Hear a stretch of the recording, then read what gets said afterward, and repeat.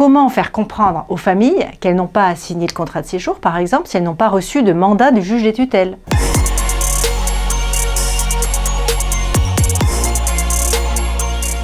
Depuis 20 ans, les textes de loi n'ont cessé de renforcer les droits des personnes vulnérables. Or, à l'épreuve de la pratique, l'éthique pose beaucoup de questions, très concrètes, beaucoup de dilemmes aussi. En fait, elle interroge tout le monde, les professionnels, les personnes accueillies, les familles, sur la plus juste décision à prendre dans des situations particulièrement complexes. Alors, par exemple, comment prendre une décision lorsque la personne n'est plus en capacité de s'exprimer? L'éthique peut faire évoluer le droit. Le droit est souvent perçu, vous le savez, comme une contrainte, rigoureux, excessif. En réalité, ce qui pêche souvent, c'est sa méconnaissance. Or, il ne faut pas oublier que le droit, c'est d'abord un soutien. C'est le garant de la protection des plus vulnérables. On le voit bien en pratique, c'est par la formation, la sensibilisation, les échanges avec les professionnels que le regard sur le droit peut changer. Du côté de l'éthique, sa vertu, c'est de pousser le droit dans ses retranchements, de le bousculer, de le questionner, de le faire évoluer. Alors le dilemme le plus flagrant lors de l'entrée en EHPAD, c'est la question de la réalité du consentement de la personne âgée.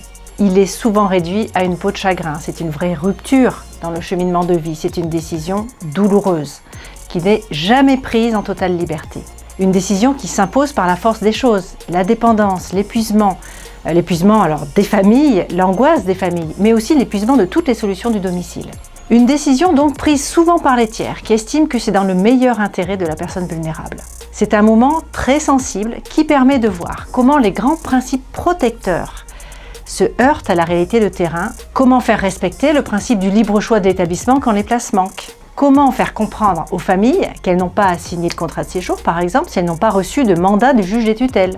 Comment faire comprendre à ses proches, aux professionnels, que les choix reviennent avant tout à la personne accueillie, quand elle peut encore s'exprimer. Alors, la démocratie participative en santé, ce sont toutes les modalités d'expression et de participation des usagers et de leurs représentants à tous les niveaux. Que ce soit dans la vie quotidienne, leur parcours de soins, la vie des établissements à travers les instances. Vous savez bien, on a beaucoup entendu parler des conseils de vie sociale.